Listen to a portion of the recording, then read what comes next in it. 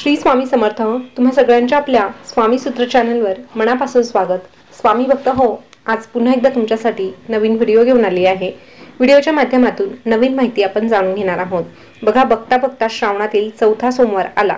अजूनही आपल्याकडून काही सेवा झाल्या नसतील, मासिक धर्म असेल, सुतक असेल किंवा अन्य काही कारणांमुळे आपल्याकडून शिवपिंडीवर अभिषेक झाला नसेल तर उद्याच्या दिवशी आपल्याला अभिषेक आवर्जून घालायचा आहे. पण उद्या जन्माष्टमी देखील आहे, त्यामुळे बाळकृष्णाच्या मूर्तीवर देखील आपल्याला अभिषेक घालायचा आहे. आणि बाळकृष्णाच्या मूर्तीवर अभिषेक घालत असताना आवर्जून शंखाचा वापर करा. शंख हा बाळकृष्णाला म्हणजेच श्रीकृष्ण, लक्ष्मी माता, विष्णू भगवान यांना अतिशय प्रिय आहे. आणि म्हणून या शंखाने जर आपण अभिषेक घातला तर आपला बाळकृष्ण आपल्यावर अजूनच प्रसन्न होईल आणि आपल्याला भरभरून आशीर्वाद देखील देईल. यासोबतच आपल्याला काही उपाय करायचे आहे, ज्याचा खास संबंध श्रीकृष्णाशी असणार आहे. अतिशय छोटे छोटे आणि सोपे उपाय आहे. फक्त करताना विश्वासाने करून बघा आणि मनोभावे श्रद्धा ठेवून करा. निश्चितच तुमच्या अडचणी सुटण्यासाठी हे उपाय मदत करणार आहे.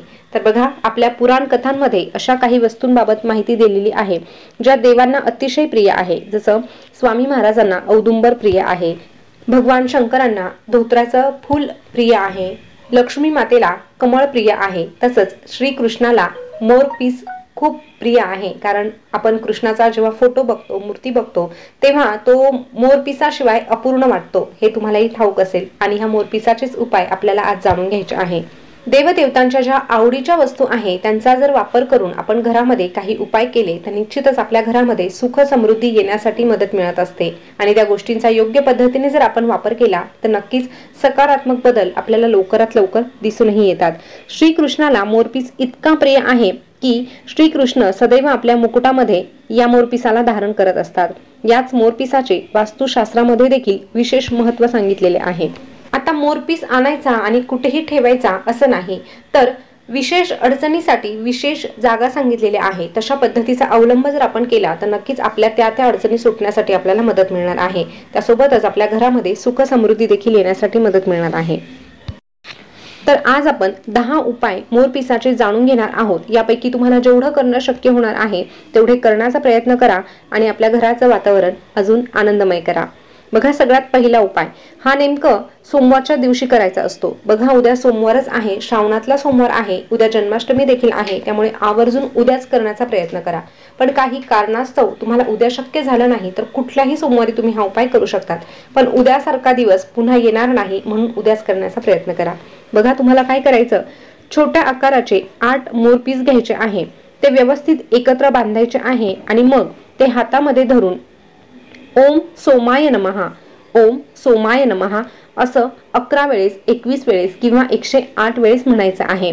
अशा पद्धतीने हा मंत्र म्हणून झाल्यानंतर काय करायचं, हे जे मोरपीस आहे ते घराच्या उत्तरेला, पूर्वेला किंवा ईशान्य कोपऱ्याला लावून द्यायचे आहे. अशा पद्धतीने जर आपण हा उपाय केला तर आपल्या घरामध्ये येणारे जाणारे जे काही लोक असतात ते आपल्यासाठी काही जण सकारात्मकता घेऊन येतात तर काही नकारात्मकता घेऊन येतात.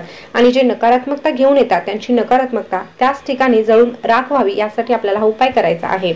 म्हणून लावताना अशा पद्धतीने लावा जेणेकरून बाहेर येणाऱ्या व्यक्तीची नजर त्या मोरपिसांवर पडली पाहिजे.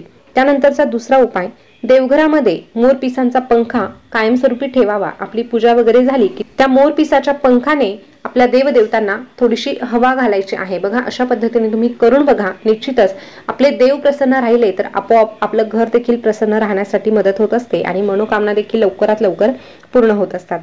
त्यानंतर आर्थिक चणचण भासत असेल, आर्थिक अडचण असेल, येणारा पैसा टिकत नसेल तर तुम्ही हा उपाय करू शकतात. तुमच्या तिजोरीमध्ये किंवा जिथे तुम्ही पैसे ठेवतात, जिथे तुमचे दागदागिने असतात त्या ठिकाणी तुम्हाला 3 मोरपीस ठेवायचे आहे. अशा पद्धतीचा उपाय देखील तुम्हाला सकारात्मक बदल आणून देण्यासाठी महत्त्वाचा ठरेल. आता तुमचा व्यवसाय असेल, दुकान असेल तर त्या ठिकाणी जरी तुम्ही गल्ल्याच्या ठिकाणी ठेवलात तरीही चालणार आहे. त्यानंतर आपल्या मुख्य दरवाजावर देखील मोरपीस आवर्जून लावावे. एक का होईना मोरपीस तुम्ही जर तुमच्या मुख्य दरवाजावर लावला तर निश्चितच बाहेर येणारी जी नकारात्मकता आहे ती त्याच ठिकाणी रोखली जाईल आणि घरातलं वातावरण सकारात्मक राहण्यासाठी देखील मदत होईल. तुमच्या घरामध्ये लहान मुलं असतील, ती सतत रडत असतील, तर लहान मुलांची नजर देखील या मोरपिसाने काढली जाते. लहान मुलांची दृष्ट काढण्यासाठी जर तुम्ही मोरपिसाचा वापर केला तर निश्चितच तुमच्या बाळाला झालेली दृष्ट लवकरात लवकर निघून जाण्यासाठी मदत होईल. या व्यतिरिक्त लहान मुलांची एकाग्रता वाढण्यासाठी किंवा ते अभ्यासात हुशार आहे पण त्यांचं मन लागत नाही अशी जर परिस्थिती असेल, मुलं फार चिडचिड करत असतील, तर त्या मुलांची देखील तुम्ही दृष्ट काढू शकतात. आणि अभ्यासामध्ये एकाग्रता वाढण्यासाठी मुलं ज्या ठिकाणी अभ्यासाला बसतात त्या ठिकाणी तुम्हाला 2 ते 3 मोरपीस लावायचे आहे आणि त्याच ठिकाणी मुलांना अभ्यासाला बसवायचं आहे. बघा, अशा पद्धतीने मन एकाग्र होण्यासाठी मोरपिसांचा तुम्हाला उपयोग होणार आहे. त्यानंतर उद्या जन्माष्टमी आहे, त्यामुळे आवर्जून श्रीकृष्णाच्या मंदिरात मोरपीस अर्पण करण्याचा प्रयत्न करा. बघा, मोरपीस हा कृष्णाला अतिशय प्रिय आहे, हे आपल्या सगळ्यांना ठाऊक आहे, अगदी लहानांपासून मोठ्यांपर्यंत ठाऊक आहे. त्यामुळे जर तुम्हाला शक्य झालं तर उद्याच्या दिवशी आवर्जून मंदिरामध्ये मोरपीस अर्पण करा. या व्यतिरिक्त जर तुम्हाला उद्याच्या दिवशी शक्य नाही झालं तर कमीत कमी आपल्या घरी का होईना पण एखादा मोरपीस नक्कीच घेऊन या. आता तुमच्या घरामध्ये बरकत वाढावी असं वाटत असेल तर घराच्या कोणत्याही आग्नेय कोपऱ्याला 1 मोरपीस लावायचा आहे. त्यानंतरचा उपाय त्यांच्यासाठी आहे ज्यांच्या पत्रिकेत राहूचे दोष आहे किंवा राहू त्यांचा खराब आहे. त्यांनी नेहमी जवळ 1 मोरपीस ठेवायचा आहे. अशा पद्धतीने रोजच्या रोज मोरपीस जवळ बाळगला तर राहूचे जे काही अशुभ परिणाम तुमच्यावर होणार असतील ते ह्या मोरपिसाद्वारे रोखले जातात. पती पत्नीमध्ये सतत वादविवाद होत असतील तर आवर्जून बेडरूम मध्ये मोरपीस लावावा. बघा, पती पत्नीच्या बेडरूम मध्ये राधा आणि कृष्णाची एक फ्रेम आवर्जून असायलाच हवी, पण त्यासोबतच सतत तुमच्यामध्ये वादविवाद होत असतील, मतभेद असतील तर मोरपिसाचा देखील हा छोटासा उपाय तुम्ही करून बघा. याचे सकारात्मक बदल तुम्हाला नक्कीच दिसून येतील. पुढचा जो उपाय आहे तो याकरिता आहे की बऱ्याचदा काय होतं की आपल्या जवळची व्यक्ती आपल्याकडे मदत म्हणून काही पैसे मागते आणि माणुसकीच्या नात्याने आपण त्यांना मदतही करतो, परंतु ते पैसे एकदा गेले की परत येतच नाही आणि आपल्या स्वतःचे हक्काचे पैसे असूनही आपण ते मागू शकत नाही. मग अशा वेळेस काय करावं, तर हा छोटासा उपाय तुम्ही नक्कीच करून बघा. तुमचे अडकलेले पैसे मिळण्यासाठी तुम्हाला मदत मिळेल. तुम्हाला करायचं काय आहे की तुमच्या घराच्या दक्षिण भिंतीवर 1 मोरपीस चिटकवायचा आहे आणि या मोरपिसाला सकाळ संध्याकाळ अगरबत्ती ओवाळायची आहे. त्यासोबतच अडकलेले पैसे मिळण्यासाठी मनोभावे प्रार्थना देखील करायची आहे. बघा, सातत्याने हा उपाय करून बघा. अतिशय प्रभावी असा हा उपाय आहे. तुम्हाला 1-1.5 महिन्यामध्ये याचा अनुभव लवकरात लवकर येईल.